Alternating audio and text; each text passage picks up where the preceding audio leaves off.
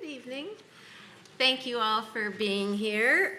I was trying to count up our Lambert lectures, and if I'm not mistaken, this series began in 2004, and this is now our 12th lecture. So, yes.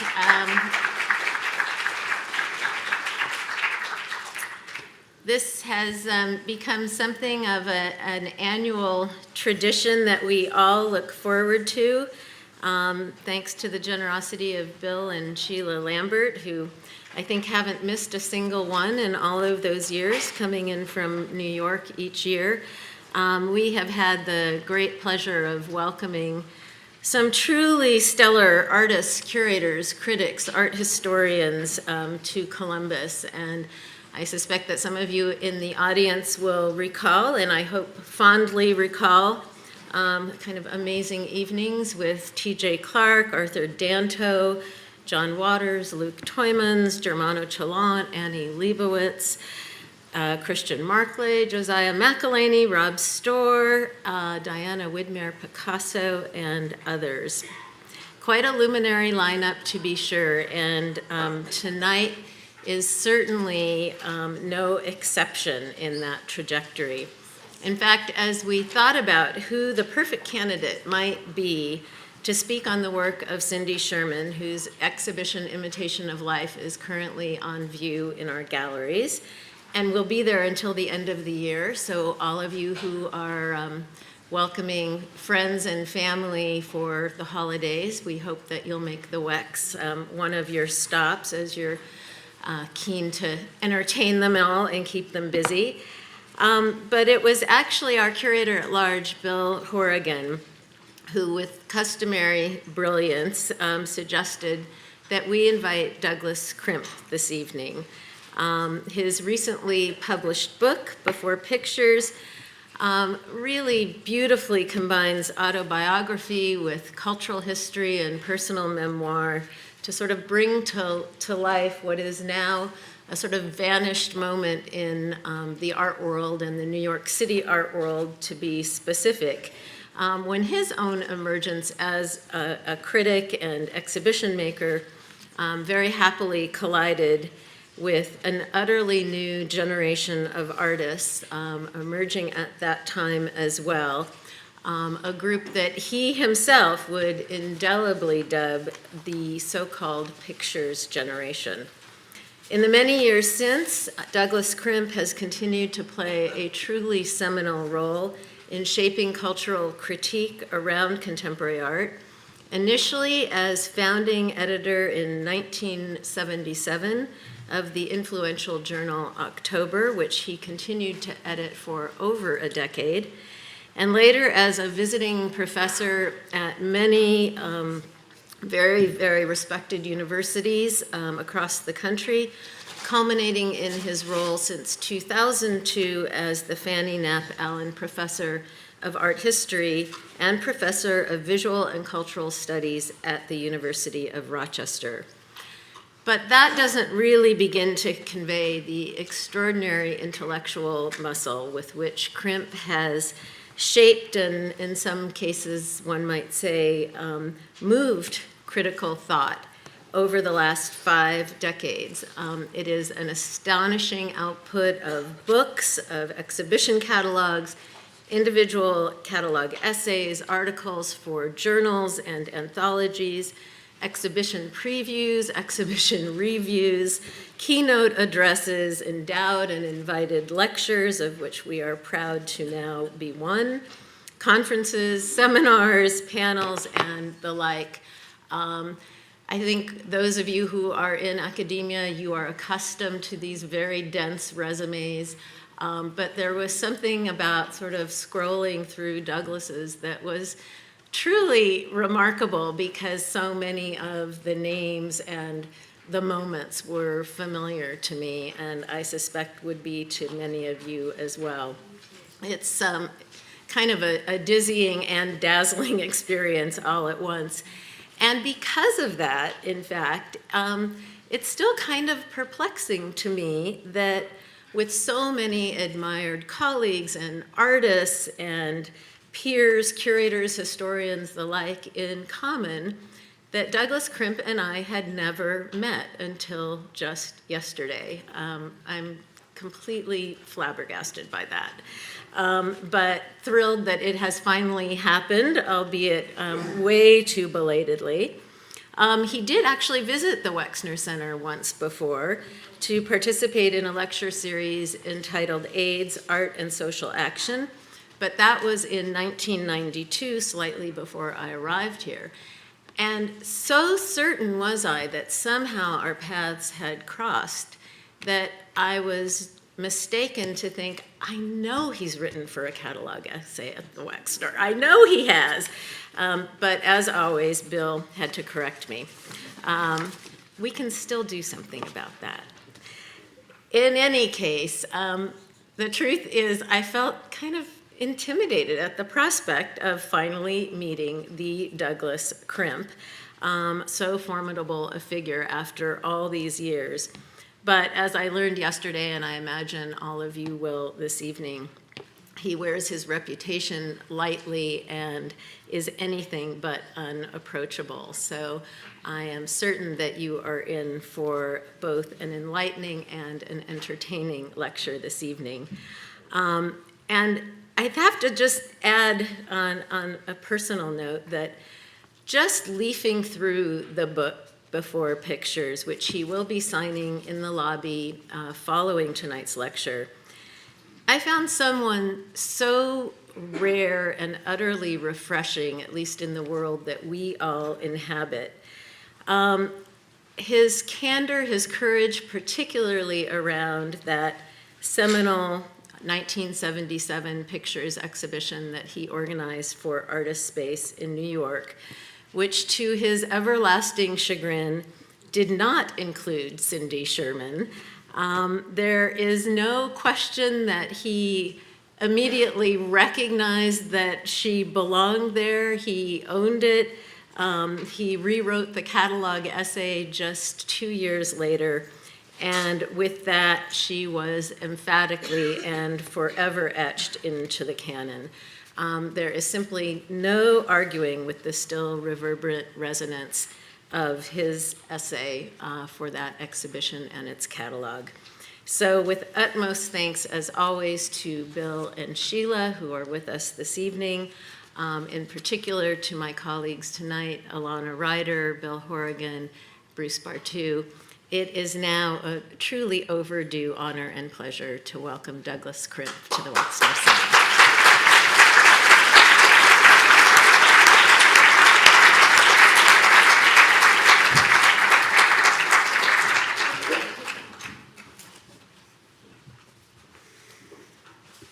Thank you so much. I'm going to, Sherry and I are not exactly the same height, so I'm going to raise the podium a bit. And I too I want to thank Sherry, of course, and for the lovely introduction and for inviting me, the Lamberts, and Alana Ryder, who's been a really wonderful host since I've been here and driven me all over the place and shown me all of the art sites in Columbus. And Bill Horrigan, who's a very old friend, a very dear friend, and Bill got me to break my vow that I wouldn't accept to do any new lectures to come to do this, so I'm really happy to be here.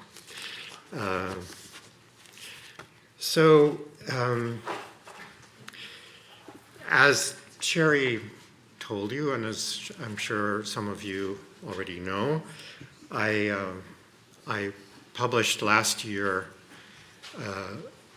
this book called Before Pictures, which is, I try to say is not a memoir. It's a hybrid of memoir, cultural history, criticism, but much of it is autobiographical. And I wrote it over a period of 10 years, and during that time, and I realized even somewhat before with my AIDS work, and continuing into the present, I've been in a kind of retrospective mode, which might have to do with my age also. So this memoir was about a decade that was my first decade in New York. It was sort of the period of my juvenilia, I call it. That I arrived in New York in '67, and in '77 I did the pictures exhibition with which I've been associated ever since. Even though it was a tiny little exhibition of 5 artists in a downtown alternative space. So in the final chapter of my memoir, I actually talk about, as Sherry said, about making that exhibition and somewhat as well about its reception. And so in preparing that exhibition, was my first encounter with Cindy Sherman's work. And it was at the Albright Knox Gallery in Buffalo. She was in a show called Western New York, a kind of local survey of local artists. And so I write in my memoir, that I will always regret, Sherry already referred to this, that I didn't appreciate Sherman's early work fully enough to include her in the Artist Space exhibition. Her Albright Knox show contribution, lineup for Linda and from Robert, which is here, consisted of a series of 35 cutout photographs of herself in identical poses, but dressed in costumes and makeup that slowly changed from one figure to the next.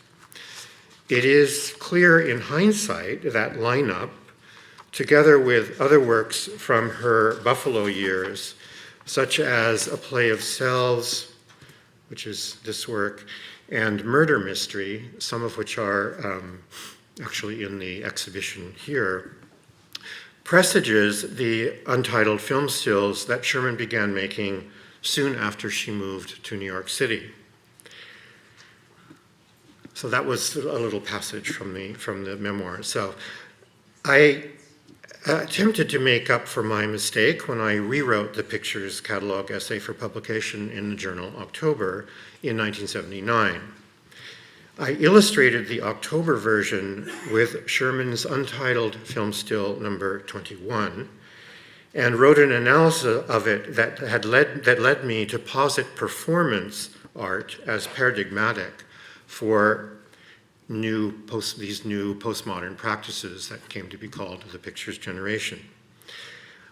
I returned to the film stills about a decade ago in a kind of polemic that I wrote for a panel discussion. And I'm going to begin with that polemic. In the winter of 2006-07, the Museum of Modern Art in New York exhibited a group of photographs in its entrance lobby, gathered together under the title New York at Night. The museum's website explained, and I quote, "This exhibition comprises over 25 photographs from the museum's collection that capture nightlife in the city that never sleeps. The glittering lights of the skyline and the legendary parties at El Morocco and Studio 54 are among the subjects that inspired great photographers from Berenice Abbott to Gary Winogrand. Also included are works by Diane Arbus, Rudy Burkhardt, Lee Friedlander, Alfred Stieglitz, and others." That was there on their website. Among the exhibited works that purportedly capture nightlife in the city that never sleeps was Cindy Sherman's untitled film still number 54 from 1980, which was hung between Friedlander's New York City 1971 and Ouija's Macy's Thanksgiving Day Parade in 1946. Seeing Sherman's film still in this context, I was taken aback. The Sherman work is, for me, categorically a different kind of thing than the other photographs assembled by the Museum of Modern Art. It is not a picture of New York at night. It is a picture that employs New York at night as the mise en scène of a performance. When I first wrote about the film stills in 1979, I said of them, "We do not know what is happening in these pictures, but we know for sure that something is happening, and that something is a fictional narrative. We would never take these photographs for being anything but staged." Sherman made her famous untitled film stills, of which there's a series of them in the gallery here, between 1977 and 1980. During the same period, I developed my ideas about postmodernism in a series of essays beginning with pictures and continuing with the title essay of my book, On the Museum's Ruins, and then the photographic activity of postmodernism, and the museum's old, the library's new subject. And Cindy Sherman was an important impetus for what I was doing in these essays. In them, I argued that the use of photography by a group of young artists then coming to the fore disrupted the terms through which photography as art was being promoted by the Museum of Modern Art's photography department under John Szorkowski's directorship. And indeed, at that time, MoMA's photography department and curators were openly hostile to these postmodern practices. 15 years later, they changed their position, and they bought the entire series of 69 film stills, reportedly for a great deal of money by that time. As if to dissemble the belatedness of their recognition of Sherman's achievement and to claim her for their own photographic canon, MoMA published Cindy Sherman, The Complete Untitled Film Stills in 2003. A further dissembling took place with the idiosyncratic inclusion of Sherman in New York at Night. Dissembling because the critical meaning of Sherman's untitled film still number 54 cannot easily make itself known when it is removed from the context of the other film stills and put instead in a completely different sort of company. MoMA acknowledged as much in its own publication when the museum's director stated that the untitled film stills are, quote, best understood as a single, seamless work of art. Although I think seamless gets it wrong too. It is because we see the seams between photographs that we recognize these works as works of performance. As Sherman wrote in the same publication, whenever I install any of the film stills in a group, or order them in a book, for example, I try to destroy the sense of continuum. I want all the characters to look different. When I see two blondes together, I get nervous that they look too much alike.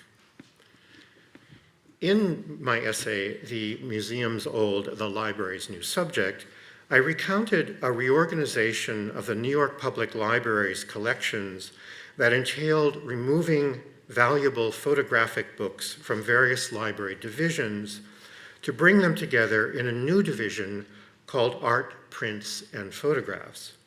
And my contention was that in the epistemological shift represented in this reorganization, something would be lost.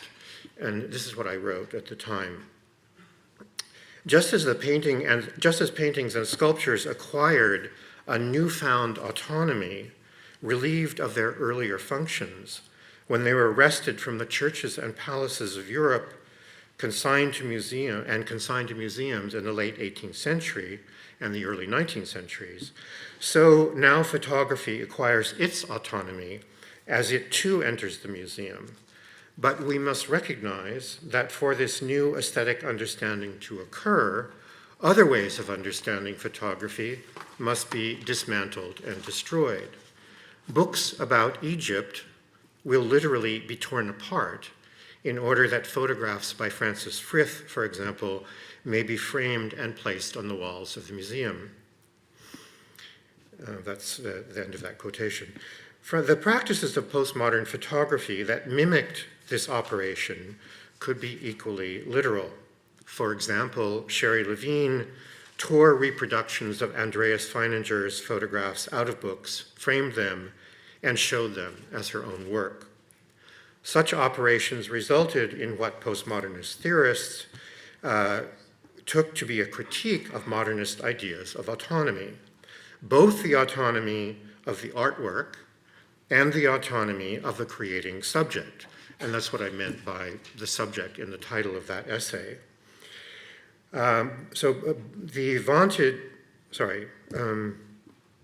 Both the autonomy of the artwork and the autonomy of the creating and viewing subjects. Indeed, the two kinds of autonomy were seen as interdependent. The vaunted sovereignty of the creating subject was now recognized as a masculinist fantasy achieved through the disavowal of the subject's dependent on what he looks at the cost of rendering what he looks at, the image of a woman, say, a fetishized object of his look.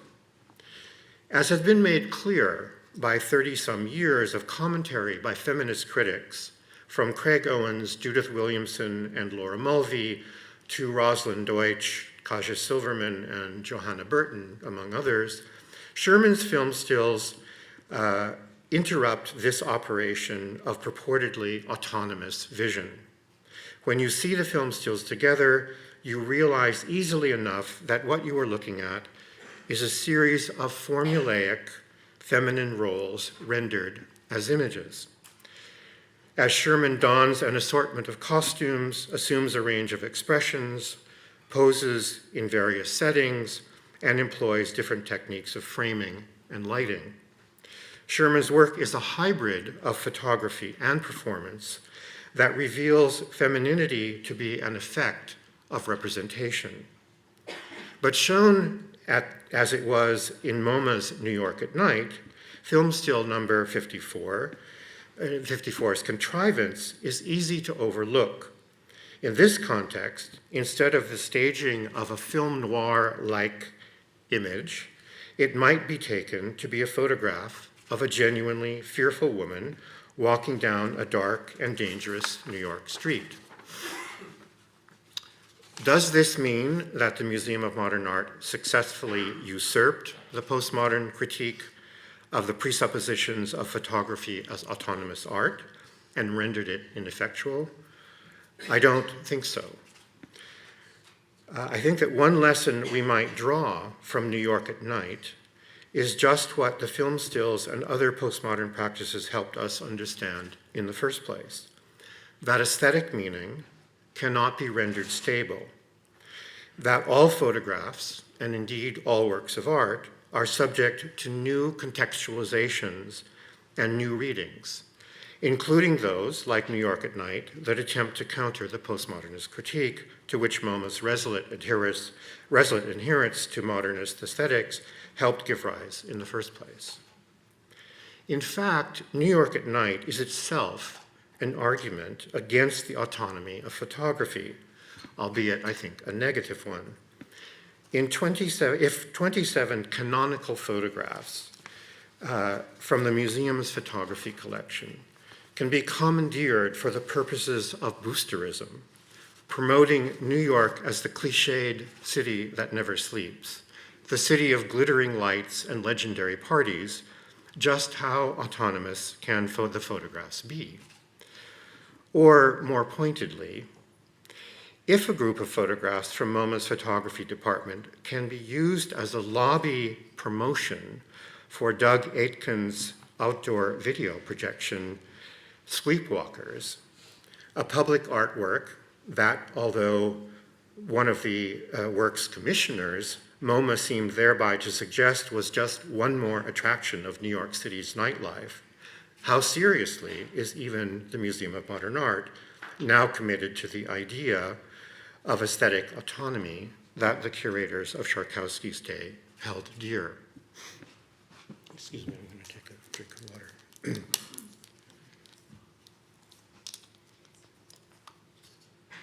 just going to give you a blank slide for a moment.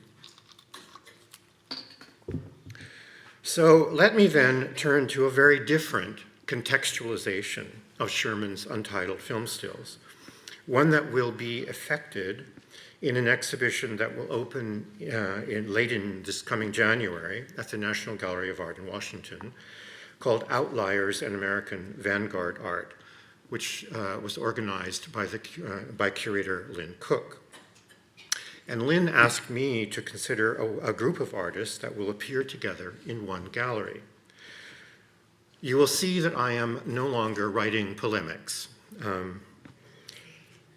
This is perhaps, as I said, an effect of the writing of the memoir.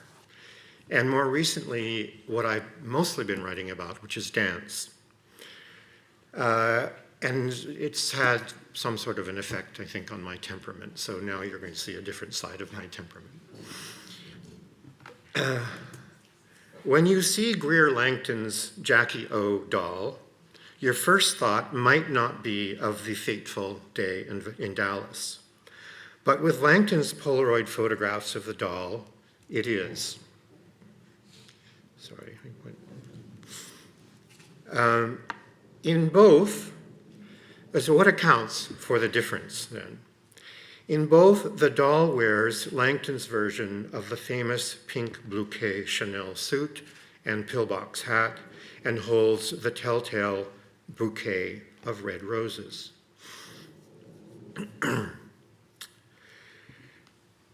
When you look at the doll, it's hard not to get caught up in the material particulars of the object.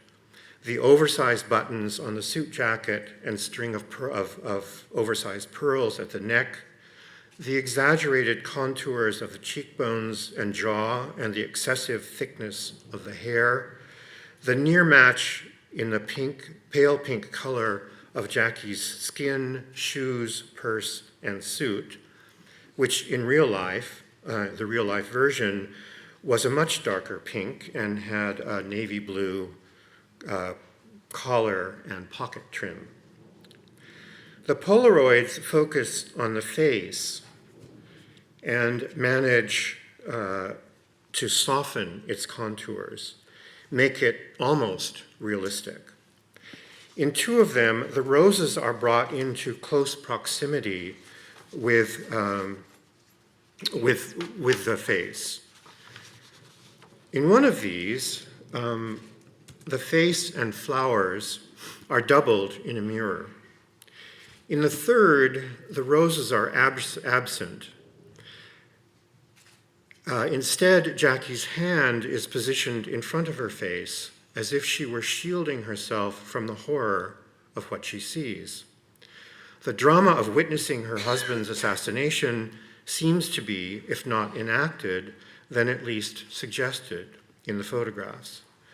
The doll is just a Jackie doll. With the photographs of it, Langton gave the doll the familiar tragic story. Of course, to say that a doll by Greer Langton is just a doll is absurd. Langton's dolls are like no other dolls, and no Langton doll is like any of her other dolls. For that matter, many Langton dolls weren't even like themselves from one moment to the next. Langton constantly reworked them, changing their genders, identities, sizes, and clothes. But some, like the Jackie O doll, change by being photographed from different angles, using different lighting and backgrounds.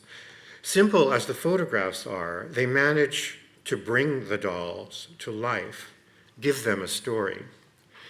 Because Langton made their limbs manipulable, she was able to photograph Freddie and Alan in a sexual embrace. It looks tender enough, but both dolls are so emaciated, and Ellen's fixed expression is one of such horror that the story the photograph tells appears to be far from a happy one.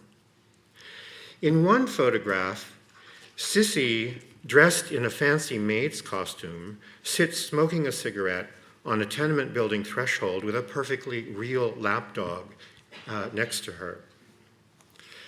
In another, the ever-changing Sissy was a chic-looking woman in a skull cap, bright yellow sweater, and high heels posed next to the Prince Street subway stop on Broadway, who for some reason has decided to pull down her skirt to reveal her penis. Morton Bartlett's dolls also had manipulable limbs, and he too photographed them in such a way as to give them stories. One Bartlett doll, though, is exceptional in having an unchangeable pose. The ballerina is frozen in a ballet arabesque. What changes in the photographs, besides the framing and lighting, are the costumes. In different photographs of the doll, she is dressed in the expected tutu and tiara, a practice leotard, a curious ensemble consisting of a long skirt, a bolero, and a bonnet, each with lace ribbon trim around the edges, a diaphanous black fabric that seems simply to be thrown over the doll, but nevertheless convincingly evokes modern dance, and the entirely non-balletic and very skimpy bikini. When Bartlett photographed his doll in the latter costume, the bikini had only recently been invented and was generally thought so scandalously revealing as to be banned. Even now, a ballet dancer in a bikini would likely be met with raised eyebrows. How much more so a prepubescent girl dancer in such a costume. Nor does the ballerina doll ever wear any sort of footwear. There's another noteworthy peculiarity to the ballerina doll and all the photographs of it, and that is the hairdo. Ballerinas, whether by that term we mean aspiring little girls in ballet class or principal female dancers on stage, almost always wear their hair in tight buns. As it is, the ballerina doll's head already looks too large, but the curly tresses really throw off the balance. This seems to have been entirely intentional on Bartlett's part. A close-up photograph of the doll's face and upper torso foreshortens the arm and foot extended behind her so as to make the doll look both uncanny and, well, doll-like. In the photograph of the modern dancer ballerina doll, the head is turned away from us. Instead of a face, we see only an oversized head of hair with a bow tied into it. It is shot from below and squeezed into tight space with its head seeming almost to touch the ceiling, and its left hand and feet cut off by the frame. The doll is posed in a box-like construction, making the background look, strangely, like a facade of the sort of performing arts venues that were built in the 1960s. Strangely, for one thing, because no such places had been built when Bartlett made his photograph. For another, because part of the facade's geometry consists of decorative lace ribbon similar to the trim Bartlett used on the doll wearing the bolero. It is an altogether unsettling image. The way the dark fabric grazes the girl's pudenda, the crinkles around the extended leg, the batwing-like aspect of the fabric falling over the left arm, the claustrophobia brought about by a combination of camera angle, disproportionate scale between the doll and the space she inhabits, and the sense of the space as simultaneously interior and exterior. Once you've seen this photograph, you start noticing something menacing or just plain odd about the others, too. The shadow cast, the shadow cast by the doll dressed in a leotard and the disjunctive scale between the doll and the baseboard, the way the lighting in one of the photographs of the doll wearing the tutu turns the extended leg into a silhouette, and as I've mentioned, the uncanniness of the close-up of the head. That one haunts me the most. What is it besides the distortion? Perhaps the way the tiara, the curls, and the flower necklace frame the face in a perfect oval, like a cameo. And yet the deep shadows add a three-dimensionality that is quite the opposite of a cameo. And a couple of sequins on the tutu that catch the light while the rest are black spots. It is, I think, an astonishing photograph, one that, looking at the doll itself, you can hardly imagine resulting from it. Thanks to the early feminist literature on Cindy Sherman's untitled film stills, we know much about how details of costume, makeup, pose, and mise en scène, together with the photograph's camera angles and lighting, construct our notions of femininity. Of course, Sherman's subject is not dolls, but rather herself. Or might we say, herself as a doll. In fact, Sherman made several early series of works in which she cast herself as paper dolls. Perhaps living doll is the right term, connoting as it does an attractive woman, and sometimes an attractive man, regarded as a plaything. Not all of Sherman's untitled film stills correspond to this rubric, but many of them do. Among them, the few that are more like pinups than film stills. The name pinup emerged during World War II when US soldiers pinned pictures of women to their barracks walls, whether Esquire magazine's Varga Girl, which you see here, Hollywood's Betty Grable, the most popular of all pinups, or soldiers' own sweethearts. At first they tended to be wholesome, but they grew bawdier as the genre developed. One can think of Tom Kelly's iconic nude photograph of Marilyn Monroe from 1949. Sherman's versions are relatively chaste, but the poses are suggestive, and like Betty Grable, she shows a lot of leg. In one, she has stopped reading her romance novel and gazes upward, dreamily. The upward gaze is repeated in another, in which she twists her body and temporarily puts down her hand mirror. Am I attractive enough? She seems to wonder. A woman reflecting on her own beauty is not what the pinup typically shows. Rather, it represents the woman seen through the eyes of a desiring male. She is as beautiful as he wants her to be. Perhaps nothing illustrates this better than the thousands of photographs that Eugene von Brunschenheim took of his wife, Marie. Not that Marie appears to have been an unwilling subject, nor are von Brunschenheim's photographs precisely pinups. They seem both more private and more determinedly artistic than is usual for the genre. On the one hand, their making seems, at least to me, to have been a form of the couple's sex play. And on the other, and in no way contradicting that assumption, they are unremittingly art-directed. The floral print fabrics that serve as backdrops in so many of them, while typical in a way of modest home decor of the period, they are deployed to exoticize and eroticize Marie's full or semi-nudity, even if her poses are basically innocent and the focus is equally on her lovely face. Draped, sometimes bondage-like, in strings of fake pearls, her hair festooned with flowers to match the background drapery, and, or most astonishingly, capped with gaudy crowns of metal, of the fake crowns, but von Brunschenheim made metal and ceramic crowns of this type as one form of his art production. Marie is, in this case, a sex goddess.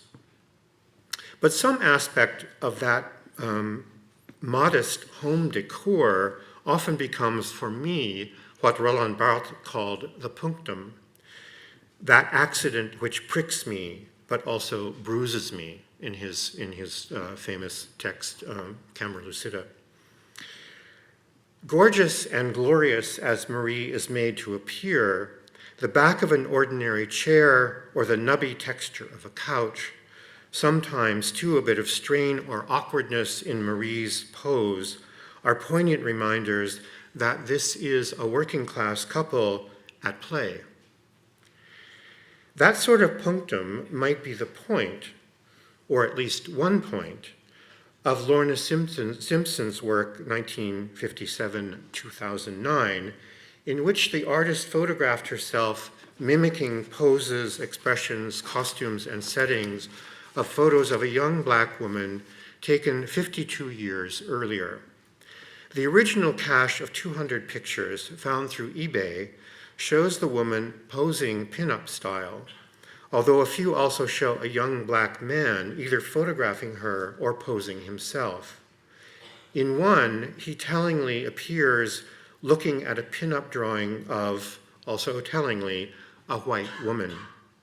While Simpson imitated both female and male models, it seems clear that the impulse for the project derives from the apparent aspirational purpose of the woman in the originals. And this is a quote from Simpson, maybe in service of a potential career as an actor, a model. It was fascinating, an African-American woman in Los Angeles in the late 1950s taking on this project with such consistency and drive in a 3-month period. Simpson's imitations disclose the homemade quality of the originals by failing to replicate them exactly. Simpson doesn't hide the fact that she is different from her model in many ways. Different skin color, different hairstyle, different facial features, different body type.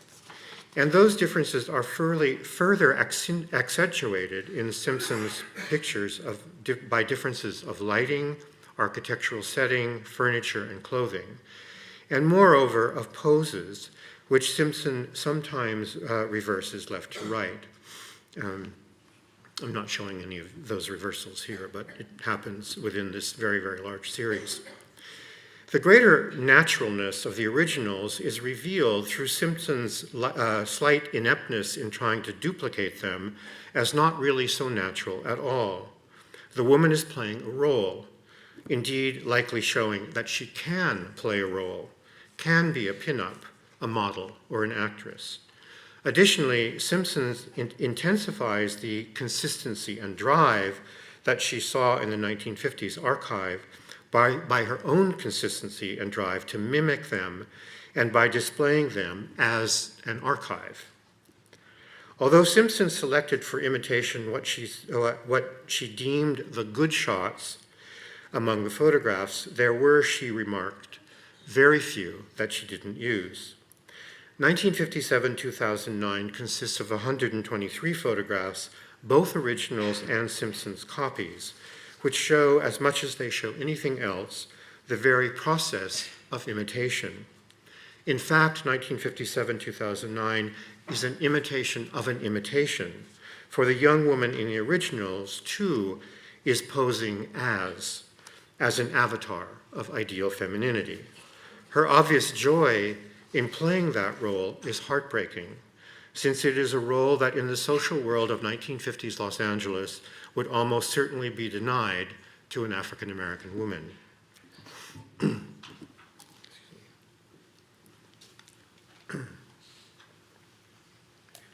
While Simpson found and recreated an archive of old photographs of an African-American woman presumed to be on the sidelines of the Hollywood film industry, Cheryl Dunye and Zoe Leonard created their own archive in the Faye Richards Photo Archive. Only a few recall the pin-up style photographs that Simpson's subject made. They are less pin-ups than the sort of Hollywood glamour photographs that movie magazines circulated to fans in the industry's heyday. One is even signed Faye. Leonard was scrupulous about historical accuracy in making the photographs, and the pin-up is a photograph type that postdates Faye Richards' glamour period. She used different kinds of cameras, different kinds of papers to make this archive. Others appear to be film stills in the sense that Cindy Sherman's are. That is, photographs staged to look like a scene in a film. Still others provide a different kind of narrative. They appear to be production stills taken on the sets of Richard's films. The encompassing narrative here is that of Donnier's feature film, The Watermelon Woman, in which Donnier's character embarks on a search for information about a black actress of the 1930s and 40s, credited in the films in which she appeared only as the eponymous Watermelon Woman of the film's title. Portions of the Faye Richards photo archive appear at various moments in the film as Donnier uncovers the story of the woman who has become her obsession, with many more of the photographs finally appearing during the film's end credits. Thus, the archive serves in the Watermelon Woman's narrative as an accumulation of clues that gives us the ever more complete portrait of Faye Richards. Importantly, the Faye Richards photo archive does not achieve an equivalent sense of resolution when it is shown simply as a series of photographs. It is, as all archives are, incomplete. The genius of the archive is precisely in its being an archive, a constructed one, that can exist as an autonomous work apart from the film. It comprises a broad range of photographic genres in addition to the glamour portraits, film stills, and production shots. Formally posed family photographs, professional photographs of Faye as a nightclub singer, snapshots taken with different types of amateur cameras, of Faye and her lovers throughout her life and career, at home, at work, with the gals in a lesbian bar, out and about in public. With the archive, Donnier and Leonard invent a life story by making photographs that purport to record it.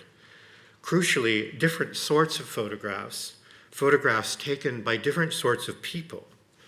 Unlike the woman in the 1950s photographs 1957-2009, which we can presume were all taken by the man depicted in a few of them, those few likely, in all but a few of them, those likely few being taken by the woman herself, Leonard has made the presumed photographers of Faye Richards into shifting personae existing over an extended period of time, about 5 decades. So these would include Hollywood cinematographers, glamour photographers, technicians on movie sets in the 1930s and 40s, family members, friends, and or lovers taking snapshots, all the way up to the 1980s. We understand the person Faye Richards differently depending on whom we posit as the one looking at her through the lens.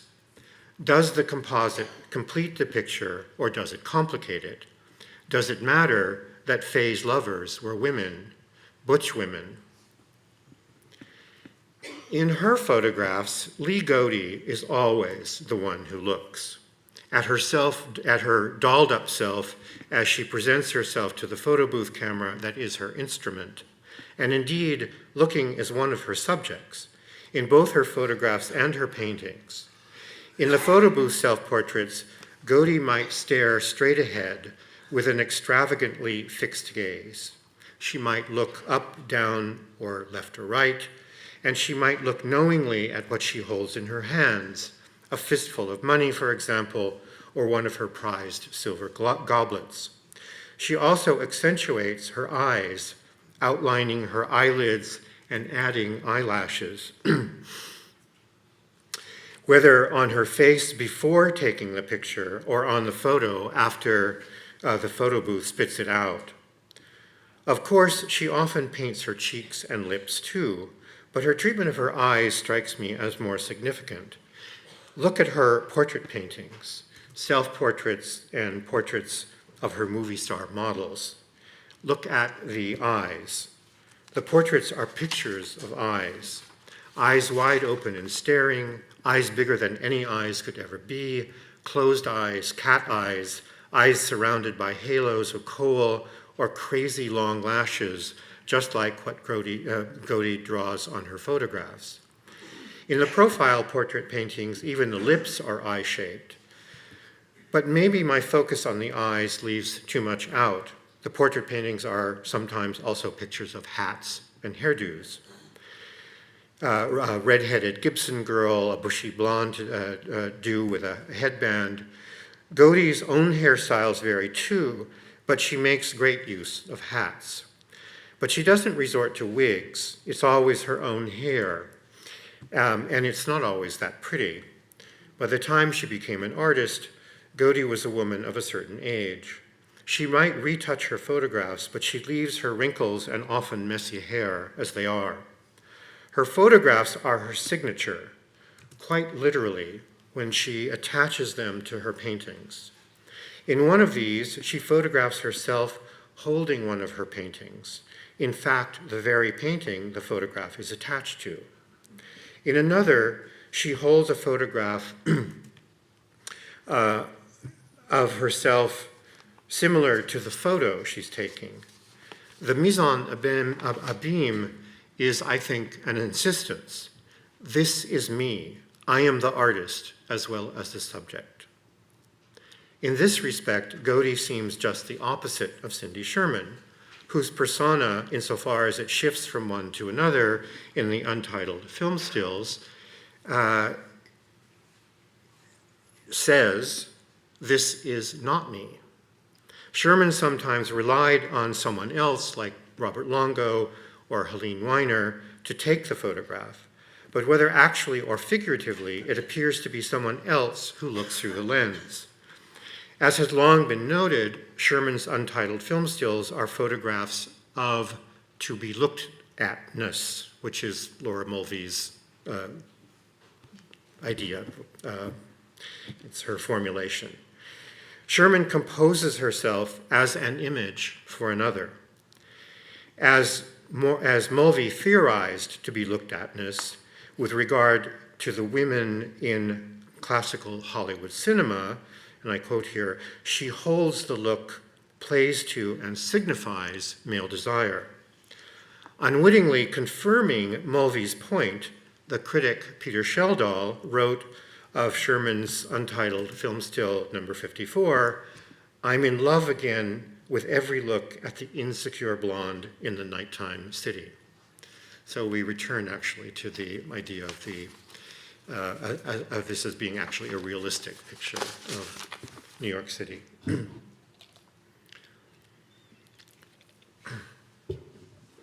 Further elaborating to be looked at-ness in visual pleasure and narrative cinema, Mulvey notes a conundrum, and I quote, "The presence of woman is an indispensable element of spectacle in normal narrative film.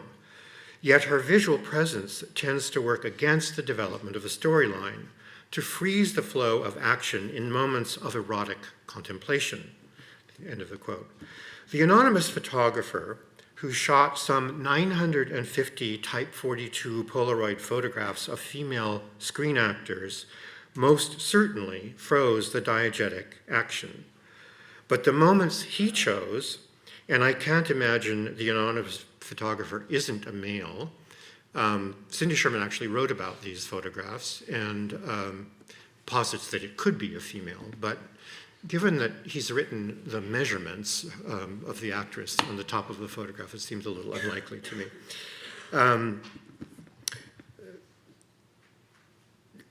Sorry, I have to find my place. These photographs of the female screen actors most certainly froze the diegetic action, but the moments he chose are not the erotically charged and narrative-breaking close-ups Mulvey had in mind. Shooting his pictures from the TV screen around 1970, thus about a decade before Sherman made her untitled film stills, the anonymous artist of these photographs captured moments from movies and television series that only rarely date from the Hollywood classical period that is Mulvey's target. And indeed, the moments he chooses are not moments of woman as spectacle, but rather women acting. That is, women furthering the action. They are caught mid-sentence or shown listening, reacting, looking skeptical or quizzical or enchanted, as if this anonymous photographer was resolutely drawn to the reverse shot structure of so many, I would actually conjecture most, movie and TV scenes. The presence of a man on the other side of the shot structure is insinuated. Only once in this whole series is a male actor actually shown. It's Sean Connery in Thunderball. It is striking that the anonymous photographer didn't wait for a close-up of the actresses, which would have made it far easier to capture a satisfying image of them. On the contrary, he favors moments when he had to move quickly to arrest his subjects mid-action, which causes fascinating facial distortions and blurs. The inclusion of portions of the TV monitor framing the movie, extreme close-ups of the TV screen, thus close-ups of close-ups, shots taken at an angle to the screen, all of these formal strategies increase the distortions. The photographs by Type 42 Anonymous thus recall Sherman's untitled film stills only to end up showing us how entirely artificial the latter are. They give the lie to what I wrote when I first encountered them. I say they are like quotations from the sequence of frames that constitute the narrative flow of film. I see now that they really aren't like film stills in that sense of a segment like a frame enlargement, but rather that they are like film stills only insofar as film stills used to be still photographs taken on the film set during the filming. So they're actually not what's going on in the film, they're staged on the film set. Sherman remains a touchstone for me when it comes to artists making photographs of women, or rather photographs of imagined, desired, or performed femininity. All four of the outlier artists here, that is Bartlett, von Bunschenheim, Godey, and Type 42 Anonymous, took their photographs before Sherman made her untitled film stills. But I think we see their work differently because of the prominence of Sherman's project, the prominence that it has gained over time. Do we now begin also to see Sherman's work differently because of theirs? There's no question of influence in either direction, whereas by contrast, clearly Simpson or Donier and Leonard certainly did know and inevitably referenced the untitled film stills. I'm less sure about Greer Langton in this regard, and indeed it's harder to make a case for Langton's works as belonging to a series or creating an archive than it is for the work of all of the other artists that I've been discussing. Since even if you take her work in a single medium, and she worked in several, it doesn't constitute a series. The works are decidedly individual if thematically related, and sometimes, of course, the same doll is photographed many times over. For something approximating an archive, I think we have to bring her work in all mediums together in the way that she did in her final installation, exhibition. It's called It's All About Me, Not You, now a permanent installation at the Mattress Factory in Pittsburgh. Recreating her own work in her own room in Chicago at the Mattress Factory in idealized, aestheticized form, It's All About Me comprises dolls, drawings, photographs, both by Langton and of her, and Patti Smith and Devine and so many others, memorabilia, furniture, detritus, and more. The installation presents a dark, even morbid world in which femininity is experienced mostly as pain, even if there are also occasional flashes of beauty and happiness, or maybe even if is wrong. It's all about me, it seems. The price of beauty is an endurance of suffering. In this way, too, Langton's work differs from Sherman's, Donier and Leonard's, and Simpson's. Yes, the latter contemporary artists picture femininity as something you work at. That's impossible ultimately to achieve. But their pictures are not nearly as gloomy as Langton's. Leonard says about Faye Richards, and she speaks of her very much as a real person, in many ways, her life was determined by the political realities of her day. Sorry, I'm giving you the wrong image there. Did I have that on the screen? Okay. In many ways, her life was determined by the political realities of her day. She was hampered by racism, sexism, and homophobia. And yet she had a great life. She was beautiful, she had love, she had a lot of joy and a lot of pleasure. She had intelligence and she had agency. She made choices.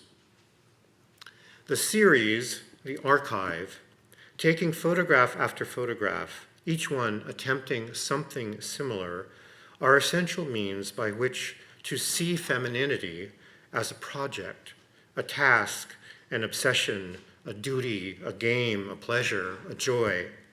I keep wondering if masculinity could inspire anything like this. The answer is probably already there in the fact that it hasn't. Thank you.